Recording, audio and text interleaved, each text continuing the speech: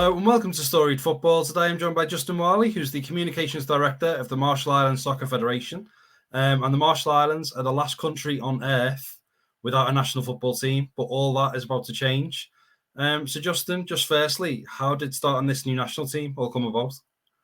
Yeah, first of all, good morning. Thanks for having us on your program. Well, we're the last country on earth without a national team, and a couple of years ago there were moves to create a federation finally, and then the back end of 2022, Lloyd Owers got in contact with me. I know Lloyd and just said, I'm the new technical director of the Marshall Islands Soccer Federation. So I was like, oh, wow, mate, how's that happened?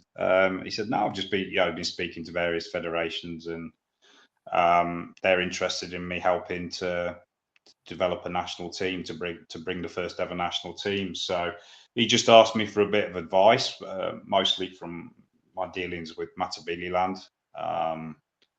Because we used to speak quite a lot in those days. And I gave him some advice, and then I said, look, Lloyd, I love what this project's about. Can I get involved? And he agreed to my £0 per year salary that we're all on. I joined with Lloyd and a gentleman called Matt Webb joined around the same time. So yeah, the three of us are kind of from distance, been organising a lot of stuff, and of course we have the people on the ground in the Marshall Islands, and now we have a few people helping us in the US and various other places. Yeah.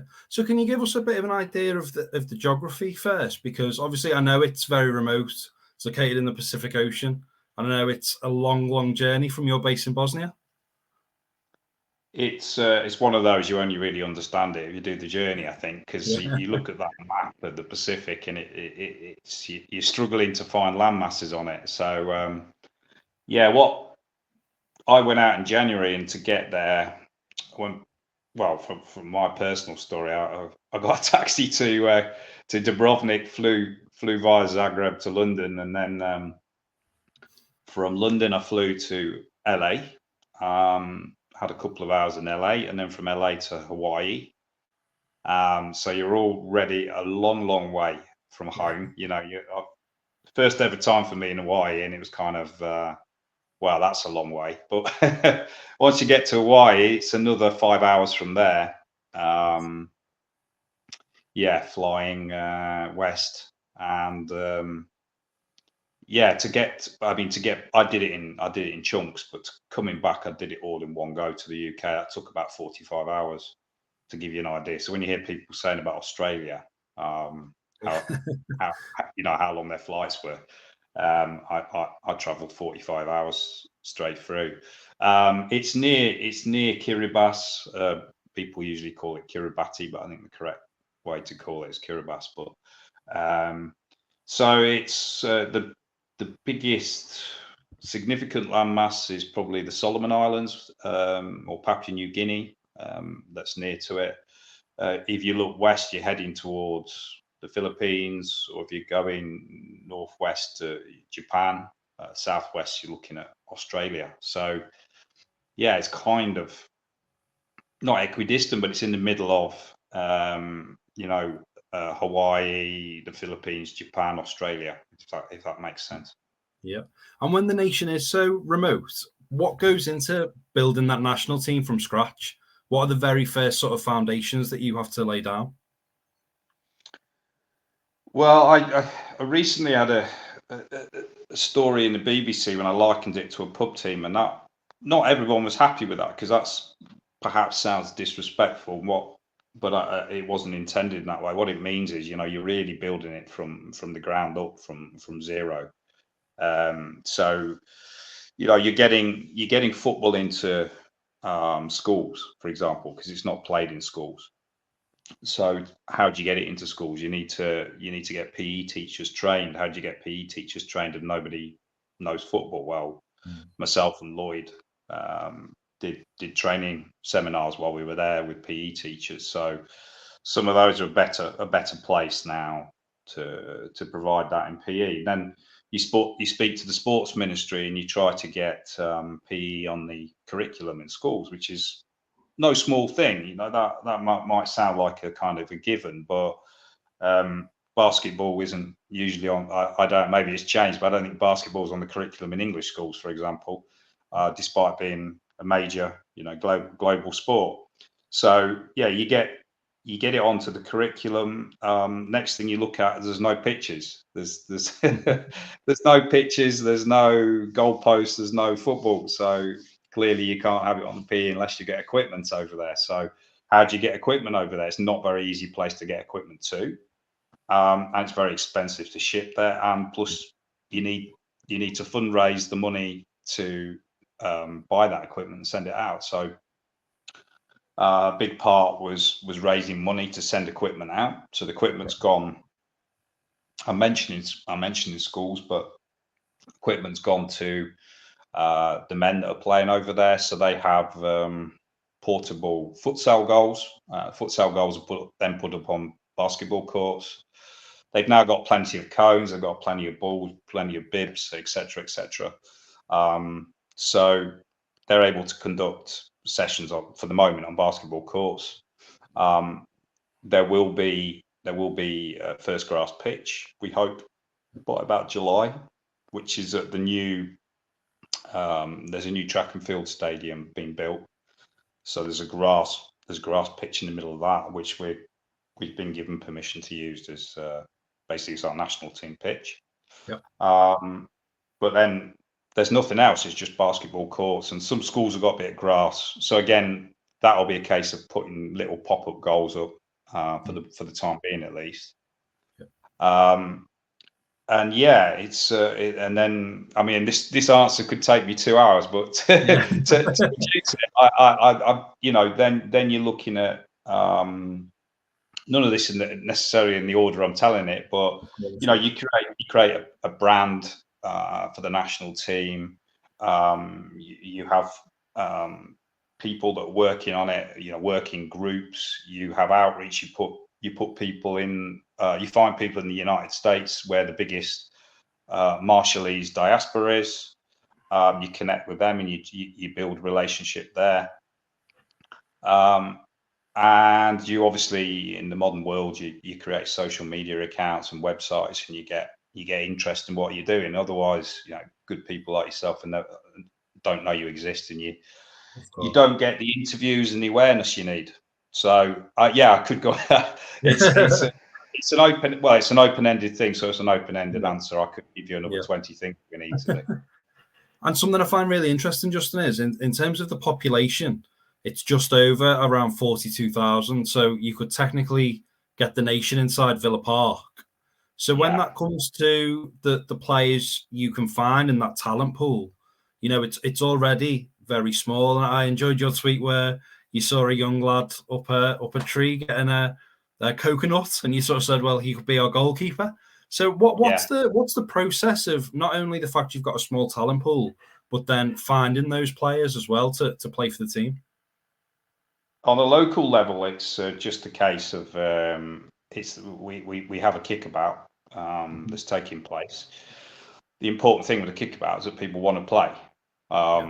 That's how you get the lads turning up every week, and it doesn't matter who they are. So that's where I'm sort of I mentioned the kind of the pub team thing.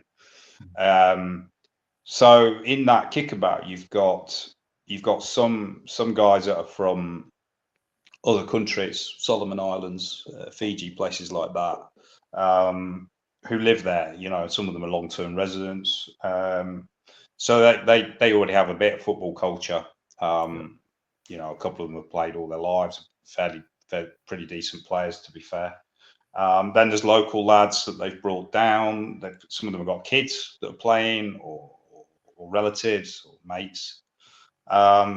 So that becomes the kind of basis of the local football. And out of that, then you create a futsal league. So you try to create some teams. When I was over, we had the Ratat Cup, which is the first ever domestic cup. So there were 26 players involved in the men's version of that, 4 teams. But it creates a bit of competition.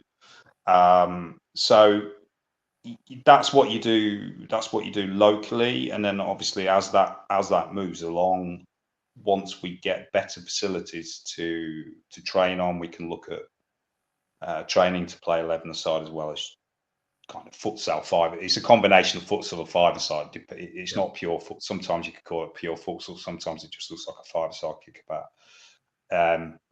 But yeah, you get better facilities. You get, while I was there were 4 or 5 people joined through the cup or through trainings I hosted, who I think are now continuing. So that's the usual way that a little team kind of develops.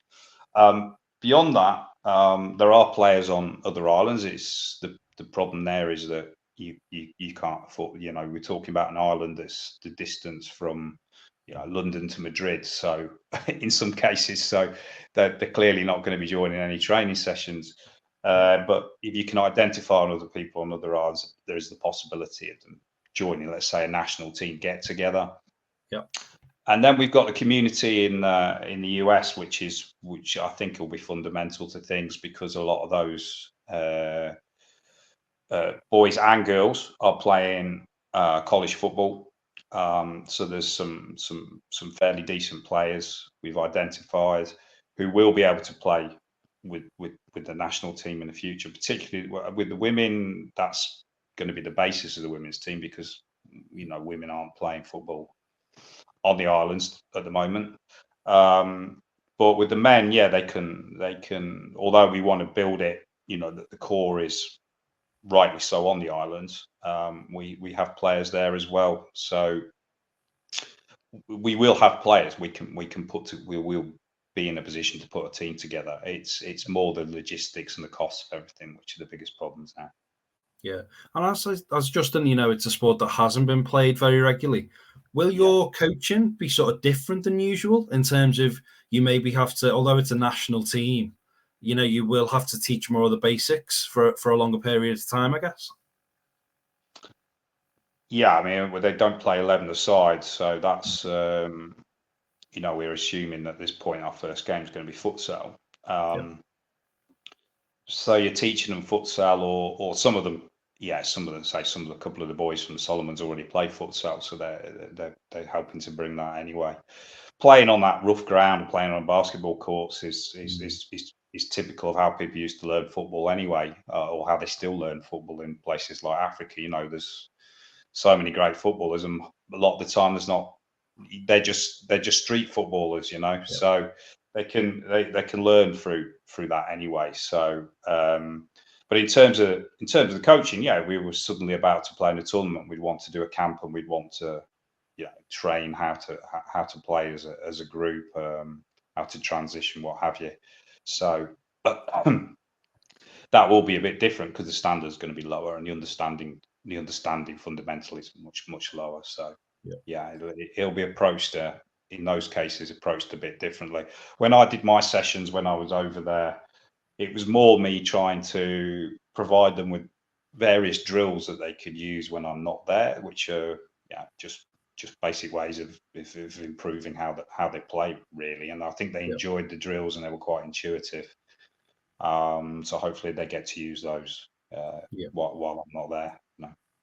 Yeah. And you mentioned earlier, Justin, the key to this process as well is raising awareness, which then in turn raises funds, and you've produced an amazing national team shirt. Just what are, because of the remoteness, and you've mentioned, what are some of the figures involved in terms of the fundraising to get this team off the ground and playing games? Well, I went out for the best part of I was away from home for 35 days. My trips cost $4,000 or $5,000 by the time you've flights that are they're on monopoly routes. They're obscenely expensive. You can't do a Ryanair or something. Accommodation, you need to book an apartment and meals and take equipment and everything else. So just to send out, myself or Lloyd's going to cost $4,000 or $5,000 probably each time, and then Equipment wise, I don't know what we spent, but again, you're talking a few grand, Yep. a few grand's worth of equipment being sent out. If you want to play a national team game and you want to travel, even to one of the local Pacific Islands, you could be talking $500 per person just for a 2-hour hop. Unfortunately, that's how it is. So if you're taking if you're taking 20 people with you, and then you start to add in hotels and everything else, you're looking at playing. You might be paying $50,000 just to play a friendly match. Over 3-4 days. So it's a lot of, unless you've got funding from a body or a huge sponsor, it's a lot of money. Just to. I think the best value thing is what I said at the very start is getting football onto the school curriculums and people playing in PE and then playing after school, because that's free once you get it up and running, and that's real football development. That's the long-term thing. I suppose the thing we all kind of aim at is this national team thing, but real development is having everyone playing it, isn't it? Yeah, absolutely. And what would you say, apart from the finance and getting it on the curriculum and obviously finding the players, have you found there's been other challenges as well, or do you think they're the three main core ones? There's cultural differences. I mean, you're dealing with people in the Marshall Islands, and until I've been out there recently, although I've been to the Pacific before, there's different mindsets. And I don't mean that disparagingly. I mean, it's just different ways of doing things and different thinking, different clocks for things, and so that's communication and a sort of sense of what you're doing can be a bit different. So that can sometimes be an issue.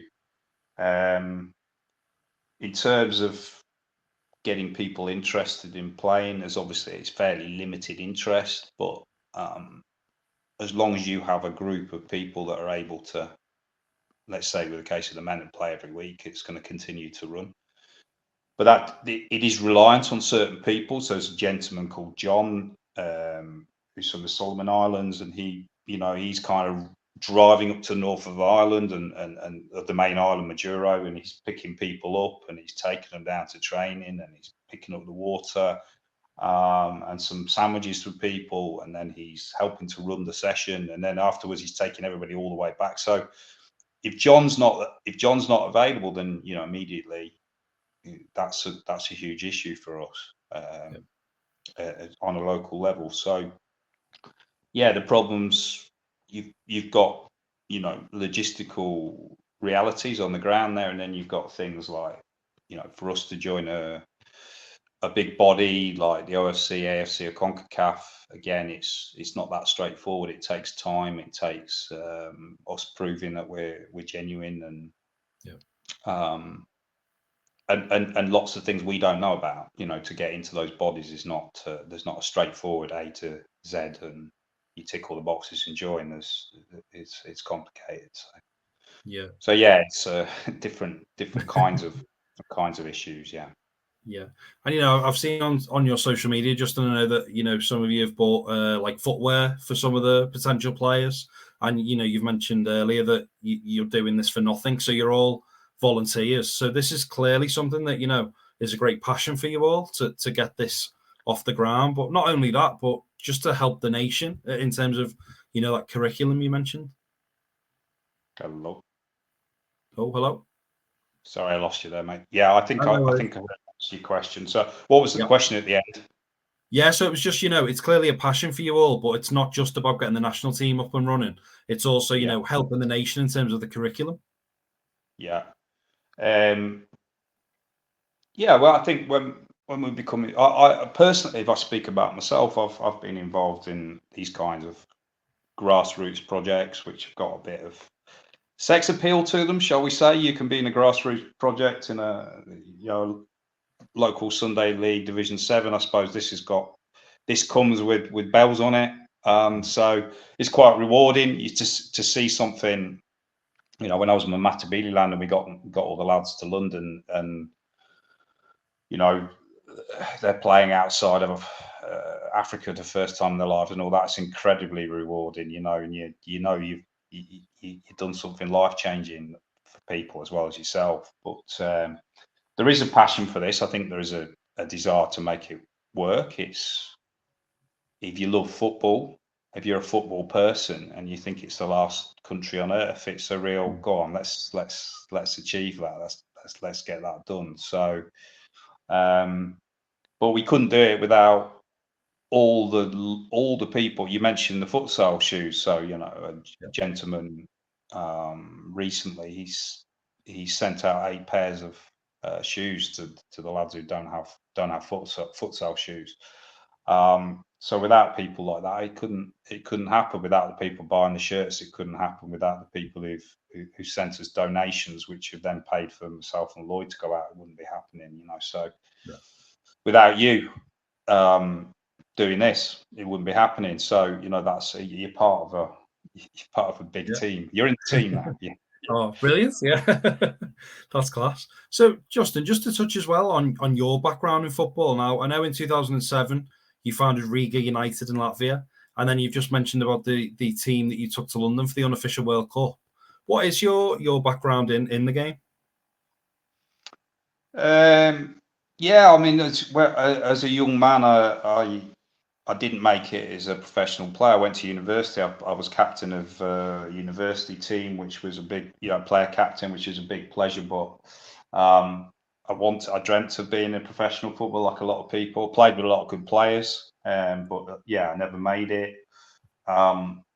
Riga United came about just because a group of us wanted to have a bit of a kickabout. So similar. That's perhaps where some of my understanding of how you develop things comes from. But that eventually turned into a national league team. We had 2 men's teams playing in leagues 2 and 3 of the Latvian pyramid. We had a women's team playing in the Premier League, and we had a reserve women's team playing in League One. We had 8 or 10 youth teams, different ages, all the way up to under 17s. So that came out of nothing. I've a big passion for football as a coach, as a fan, playing, a little bit watching on TV, but I worked at Euro 96. I wanted to work in football when I left university in 93, and I worked at Euro 96. I was assistant director for the city of Nottingham. But I never got the career I wanted. So subsequently, I've kind of just done, I don't know, I've been on this very strange journey, which really took off with Riga United. And from Riga United, I was doing football journalism at the time as well. I was at various World Cups and Euros, so I did a bit of journalism. I briefly managed the team in Latvia called FK Alliance. Then went to Matabeleland, did that. Involved with this. I'm coaching in Bosnia as well, a little bit with a football school here. Yep. So all a bit messy and a bit chaotic, but it's been an interesting journey. Yeah, it's fascinating across all those continents. So, Justin, just to end, for the Marshall Islands, if this all goes perfectly, and I know not many plans do go perfectly, but if it does, when do you expect the nation would be playing its first sort of friendlies and competitive matches? I'm confident that we will play. The men and the women will play a first game of sorts this year. Right. Probably futsal in both cases. But we're fairly confident on that. I think the women it'll be in the States, and I think the men it will be perhaps travelling to a neighbouring country. There's no guarantees. It's mostly just down to money. It's not a lack of will. It's not a lack of having enough players. It's mostly down to finances and just basic organisational stuff. But I'll be surprised if we don't play first futsal internationals this year. 11-a-side. If it happens, it's possible it'll happen this year. If it doesn't, I think next year. Yeah, and just to make sense of that, Justin, if down the line when Marshall Islands are established, in terms of like World Cup qualifying and that sort of thing, who would they be facing in terms of where will they play? We'd need to be accepted into one of the Yeah, bodies, so right. OFC Oceania, AFC Asia, or CONCACAF North and Central America. So we could, in theory, go into any of those. We're if you look at us geographically, all of them Yeah, are a possibility. So if we joined AFC, we'd be potentially playing Japan away, or Saudi Arabia away, or if incredible. we're in CONCACAF, we could be playing the United States. Yeah, If we're in OFC, yeah, it's not quite as exciting sounding. We could be playing Fiji or something, somebody like that. So yeah, that's how it works. We get into a regional body, perhaps even a regional body within a regional body to start with. And then once you're admitted to you're into FIFA, then you can play World Cup qualifiers within your region. And we've seen very, very small nations that are doing that. So yeah, it's possible.